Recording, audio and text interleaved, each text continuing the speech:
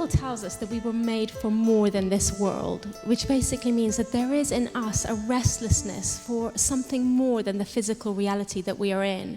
So it totally makes sense that for as long as human beings were on this earth, there would be in them a search to find that more that is outside of this world.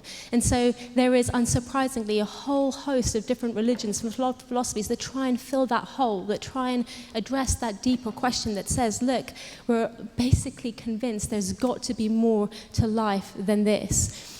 So I'm not surprised that there are different, if it was up to humanity to try and find their way to God, to try and find their way to this more, it's not at all surprising that we would come up with lots of different answers of how that might be achieved and how we might engage with this more out there.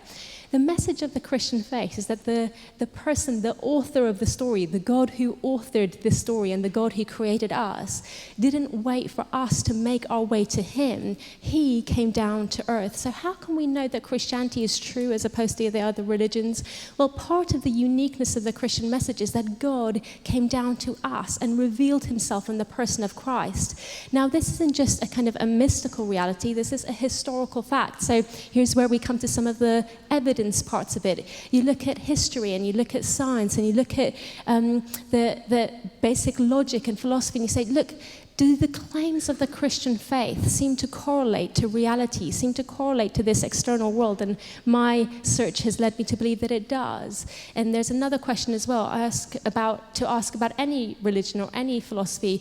Do the claims of that philosophy, do the claims of that religion seem to be consistent within themselves? And again, I'd answer that the Christian faith is consistent within itself. And the final question is, look, do the claims of that religion or philosophy, do they make sense of my life? Do they work in practice?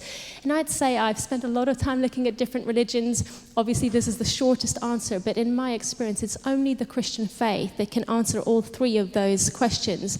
This relation to external reality, the consistency within itself, and then the changed person, the changed reality of my own experience of life. But ultimately, the thing that this all hinges on is that we weren't left to find our way to the more out there, but that God came down to us. And that's what makes the Christian faith so unique.